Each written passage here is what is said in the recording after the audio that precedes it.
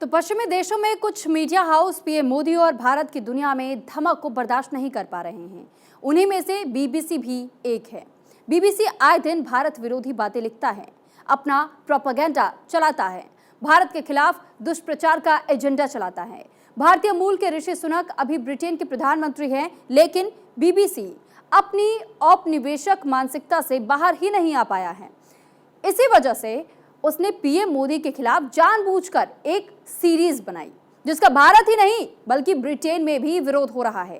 लोग तंज भरे लहजे में बीबीसी से सवाल पूछ रहे हैं कि द चर्चिल क्वेश्चन नाम की सीरीज कब आ रही है। बीबीसी का प्रोपेगेंडा, भारत के दुष्प्रचार का एजेंडा।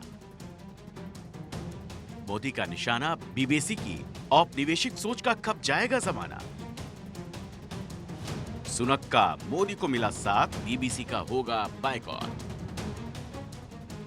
ब्रिटिश ब्रॉडकास्टिंग कॉरपोरेशन यानी बीबीसी ब्रिटेन की मीडिया हाउस जो भारत की आजादी से लेकर अब तक खबरों का प्रसारण करता है। भारत को आजादी मिले 75 साल हो गए। भारत आजादी का अमृत महोत्सव मना रहा है, लेकिन बीबीसी अपनी औपनिवेशिक सोच से बाहर नहीं आ पाया है। बीबीसी ये नहीं पचा पा रहा कि जिस भारत पर ब्रिटेन ने राज किया, आज वो ब्रिटेन से आगे निकल रहा है। बीबीसी को दुनिया भर में भारत का दम और पीएम मोदी की धमक बर्दाश्त नहीं हो रही।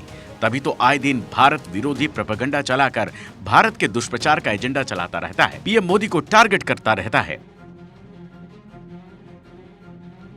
ऐसे ही propaganda series India the Modi question BBC ने बनाई है, जिसमें पीएम मोदी और भारत की छवि को धूमिल करने की कोशिश की गई है।